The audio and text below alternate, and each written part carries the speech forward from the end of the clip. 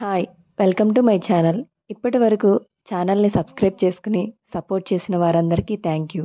ఇంకా ఎవరైనా సబ్స్క్రైబ్ చేసుకోకపోతే సబ్స్క్రైబ్ చేసుకొని లైక్ చేయండి. 'దేవాన్షి పరిణయం' ఎపిసోడ్ నెంబర్ 17. రుద్రని చూసి దేవాన్షి సిగ్గుపడి రూమ్‌లోకి వెళ్ళిపోతుంది. రుద్ర రూమ్‌లోకి వెళ్ళి ఫ్రెష్ అయ్యి బయటికి వచ్చి కూర్చుంటాడు. మీనాక్షి రుద్ర దగ్గరికి వచ్చి, రుద్ర, ఈ రింగ్స్‌లో ఏ మోడల్ బాగుందో చెప్పు అని అడుగుతుంది. ఏంటమ్మా ఇంత ఫాస్ట్‌గా ఉన్నారు అని అంటే, పెళ్ళికి వారం మాత్రమే ఉంది. ఇప్పుడు రింగ్స్ ఆర్డర్ ఇస్తే పెళ్లి టైంకి వస్తాయి అని మీనాక్షి అంటుంది. అయితే దేవాన్షిని కూడా పిలువు. తను కూడా చూసి సెలెక్ట్ చేస్తుంది అని రుద్ర అంటాడు. దేవాన్షి ఒకసారి బయటికి రా అని కాత్యాయిని అంటుంది. అలాగే అమ్మా, వస్తున్నా అని దేవాన్షి బయటికి వస్తుంది. ఇటురా, ఇక్కడ కూర్చో అని చెప్పి మీనాక్షి రుద్ర పక్కన కూర్చోబెడుతుంది. రుద్ర బాడీ టచ్ అవ్వగానే దేవాన్షి గుండె వేగంగా కొట్టుకుంటుంది. రుద్ర కొన్ని రింగ్స్ మోడల్స్ని దేవాన్షికి చూపిస్తూ ఉంటాడు. ఇద్దరూ కలిసి రింగ్స్ సెలెక్ట్ చేస్తారు. సైలెంట్‌గా దేవాన్షి రూమ్‌లోకి వెళ్ళిపోతుంది. రుద్ర దేవాన్షికి మెసేజ్ చేసి నైట్ 10కి టెర్రస్ పైకి రా అని చెప్తాడు. రుద్ర దేవాన్షి కోసం వెయిట్ చేస్తూ ఉంటాడు. దేవాన్షి కూడా అక్కడికి వస్తుంది. రుద్ర పిట్టగోడ మీద చేతులు పెట్టి అటువైపు తిరిగి చూస్తూ ఉంటాడు. దేవాన్షి వెనుకగా వచ్చి రుద్రని హగ్ చేసుకుని, నేను చాలా హ్యాపీగా ఉన్నాను అని అంటుంది. రుద్ర నడుము చుట్టూ వేసిన దేవాన్షి చేతులు పట్టుకుని, అవునా, ఎందుకు అంత హ్యాపీగా ఉన్నావు అని అడుగుతాడు.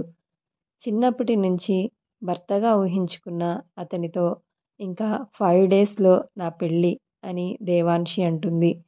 రుద్ర ఇటువైపు తిరిగి, అవునా, నీకు పెళ్ళికి చాలా తొందరగా ఉన్నట్లుంది. పెళ్ళి అయిన తర్వాత సరిగ్గా చదవలేదనుకో, తెలుసుగా నా గురించి. చదువు చదువే, ప్రేమ ప్రేమే. చదువు నెగ్లెక్ట్ చేస్తే ప్రేమ అని కూడా చూడను అని రుద్ర అంటాడు. అవునా, చదవకపోతే ఏం చేస్తావు అని దేవాన్షి అంటుంది. ఏమీ చేయను. నిన్ను నా దగ్గరికి రానివ్వను. ఇలా ముద్దులు, హగ్గులు కూడా ఉండవు. అదే నువ్వు బాగా చదువుకుంటే రోజు నైట్ కాసేపు నీతో ఇలాగే టైం స్పెండ్ చేస్తాను అని రుద్ర అంటాడు. అవునా, అయితే ఇలా ఉండటం కోసమైనా చదువుకుంటాను అని అంటుంది. దేవాన్షి, నువ్వు బాగా చదువుకోవాలి. మనం పెళ్లి చేసుకుంటున్నాం అంతే. నీ చదువు పూర్తయ్యే వరకు మనం దూరంగానే ఉండాలి. నువ్వు ఎప్పటిలాగే ఉండు. ఏమీ మారనవసరం లేదు. పెళ్ళి అయ్యిందని బాధ్యతగా ఉండాలి. భార్యగా భర్త బాధ్యతలు నిర్వర్తించాలి. అలాంటివి ఏమీ వద్దు. ముందు బాగా చదువుకోవాలి. చదువుతావు కదూ అని రుద్ర అంటాడు. నీకు ఎంతో ఇష్టమైన చదువంటే నాకు కూడా ఇష్టమే అని. అయినా ఏంటి, అత్తయ్య అంత త్వరగా పెళ్లి ఫిక్స్ చేశారు? చెప్పగానే షాక్ అయిపోయాను. కానీ తర్వాత ఆనందంతో ఎగిరి గెంతులేయాలనిపించింది. నీతో పెళ్లి జరిగితే చాలు. నీకు మాట ఇస్తున్నాను బావా. నేను బాగా చదువుకుంటాను అని దేవాన్షి అంటుంది. రేపటి నుంచి కాలేజ్‌కి వస్తావా? పెళ్ళయిన తర్వాత వస్తావా అని రుద్ర అంటాడు. ఏమో తెలియదు. అత్తయ్యని అడగాలి. మళ్ళీ పెళ్లి కూతురిని చెయ్యాలి, ఎక్కడికి వెళ్ళకూడదు అంటే మళ్ళీ సెలవు పెట్టాల్సి వస్తుంది. అందుకే పెళ్ళి అయ్యాక వస్తాను అని అంటుంది. సరే, ఎగ్జామ్స్ కూడా దగ్గర పడుతున్నాయి. ఇంట్లో ఉన్నా బాగా చదువుకో. ఇంక వెళ్దామా అని రుద్ర అంటాడు. ఇద్దరూ కిందికి వచ్చి ఎవరి రూమ్‌లోకి వాళ్ళు వెళ్ళి పడుకుంటారు. అలా పెళ్లి టైం దగ్గర పడుతూ ఉంటుంది. మీనాక్షి రుద్రతో, రుద్ర, పెళ్లి సండే కాబట్టి ముందు ఒకరోజు మాత్రం కాలేజీకి సెలవు పెట్టు. పెళ్ళికొడుకుని చేయాలి అని అంటుంది. ఇద్దరిని పెళ్ళికొడుకుని, పెళ్ళికూతురులా రెడీ చేస్తూ ఉంటారు. ఆ రోజు కార్తీక్ వర్మ కాలేజ్‌కి వెళ్తాడు. రుద్ర పెళ్లి గురించి కాలేజ్‌లో అందరికీ అనౌన్స్ చేస్తాడు. మీ ఎండీ సార్‌కి రేపు పెళ్లి. కొన్ని పరిస్థితుల రీత్యా రుద్రకి కేవలం కుటుంబ సభ్యుల మధ్య మాత్రమే పెళ్లి చేస్తున్నాం. రుద్రకి గ్రాండ్గా చేసుకోవడం ఇష్టం లేదు. అందుకే స్టూడెంట్స్ ఎవరినీ కూడా ఇన్వైట్ చేయట్లేదు అని కార్తీక్ వర్మ చెప్తాడు. కాలేజీలో చాలామంది అమ్మాయిలు రుద్ర పెళ్ళి అని తెలియగానే బాధపడుతూ ఉంటారు. ఇంత హ్యాండ్సమ్గా ఉండే రుద్ర సార్ని పెళ్లి చేసుకునే అమ్మాయి ఎవరో కానీ అదృష్టవంతురాలు అని, ఆ అమ్మాయిని తలుచుకుంటే జెలసీగా ఉందని, పెళ్ళి అయిపోతుందని బాధగా కొంతమంది అమ్మాయిలు మాట్లాడుకుంటూ ఉంటారు. జాన్వికి అయితే ఆ మాటలు వినగానే షాక్ తగిలినట్లుగా అలాగే బిగుసుకుపోతుంది. ఇంకా స్టూడెంట్స్ అందరూ క్లాస్‌లకు వెళ్ళండి అని కార్తీక్ వర్మ చెప్తాడు. జాన్వి మనసులో అదేంటి? అప్పుడే పెళ్ళి ఏంటి? ఇంత త్వరగానా? రుద్రకి పెళ్ళి అయితే తనకి శాశ్వతంగా దూరమవుతాను. అయినా ఆ అమ్మాయి ఎవరు? తన మరదల్ని చేసుకుంటున్నాడా? అని అనుకుంటుంది. ఎందుకు అంత సింపుల్‌గా కుటుంబ సభ్యుల మధ్య పెళ్లి చేసుకోవడం? అమ్మాయిని ఎవరికీ చూపించకపోవడం అని జాన్వి అనుకుంటుంది.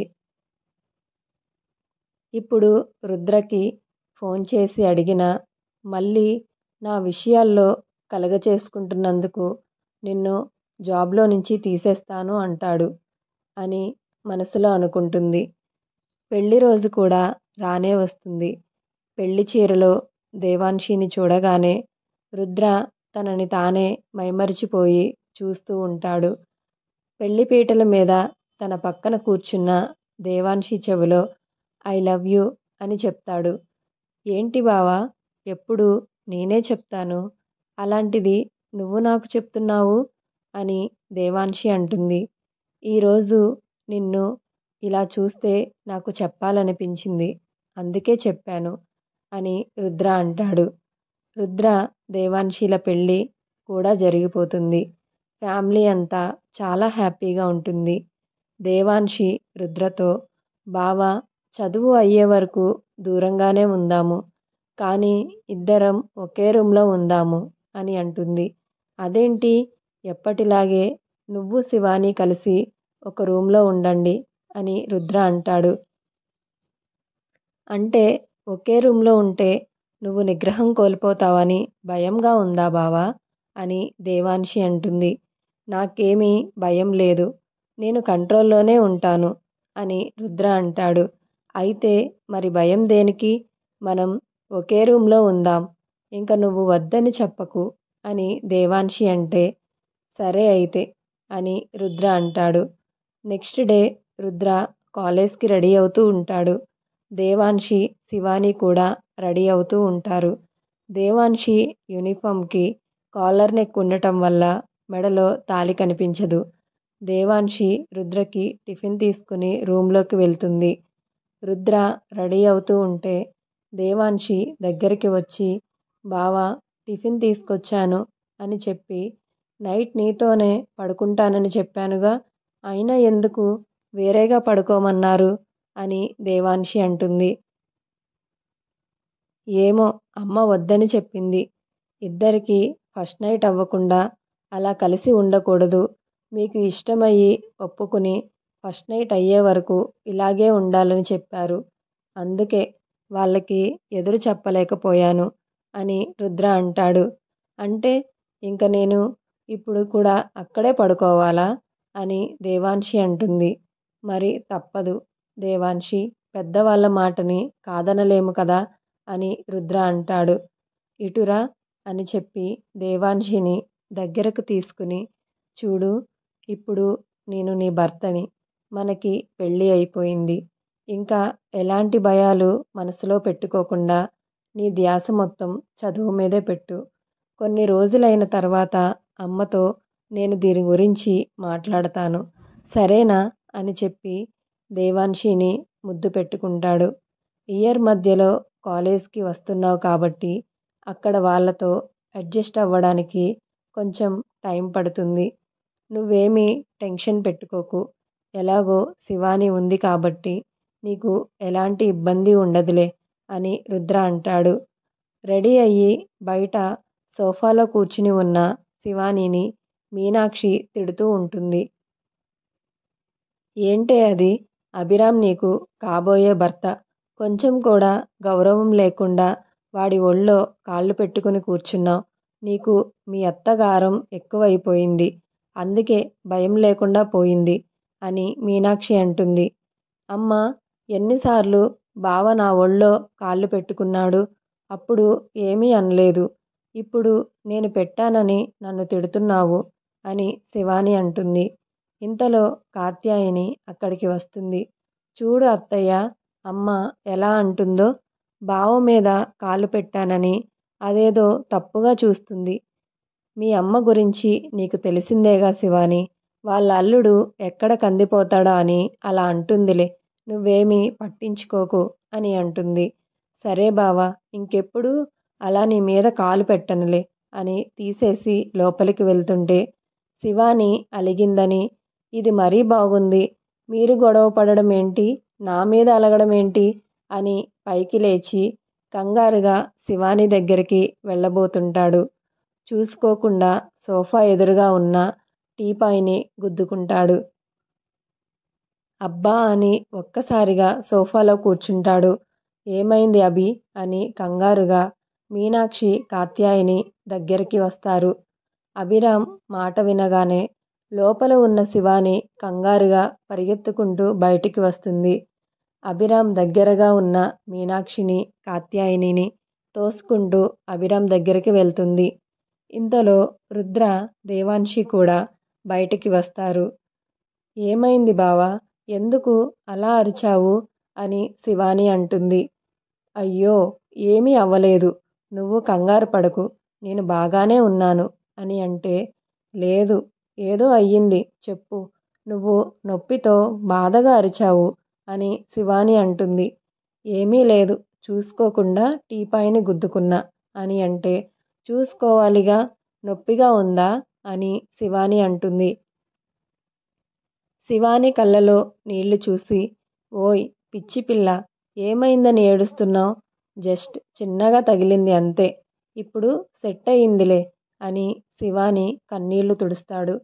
చూసావా వదిన, దీనికి వాడి మీద ఏదో ప్రేమ లేనట్లు, గౌరవం ఇవ్వట్లేదు అని తిట్టావు. ఇప్పుడు చూడు, వాడికి చిన్న దెబ్బ తగిలితేనే విలవిలలాడిపోతుంది అని కాత్యాయని అంటుంది. ప్రేమ చూపించే టైంలో ప్రేమ చూపిస్తారు. వాడంటే ఇష్టం ఉండబట్టే వాడి దగ్గర అంత స్వేచ్ఛగా చనువుగా ఉంటుంది అని కాత్యాయని అంటుంది. సారీ బావా, నా కోసమే కంగారుగా వస్తున్నావు కదా అని శివాని అంటే, నాకు ఏమీ కాలేదని చెప్పానా? ఇంకా ఏడ్చావనుకో, ఏమి చేస్తానో నాకే తెలీదు అని తన భుజం చుట్టూ చేతులు వేసి హగ్ చేసుకుని, కాలేజ్కి టైం అవుతుంది, వెళ్ళు, నేను కూడా ఆఫీస్కి వెళ్ళాలి అని అభిరామ్ అంటాడు.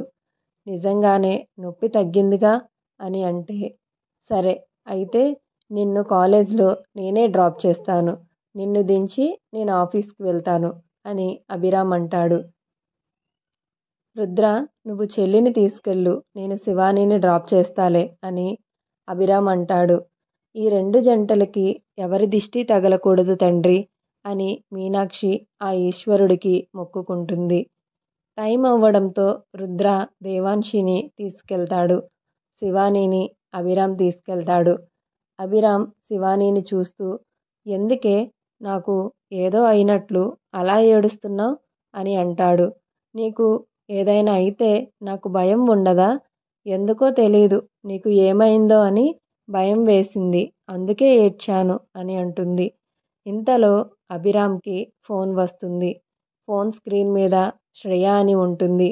అది చూడగానే, ఓయ్ ఎవరు శ్రేయ అని కోపంగా అడుగుతుంది.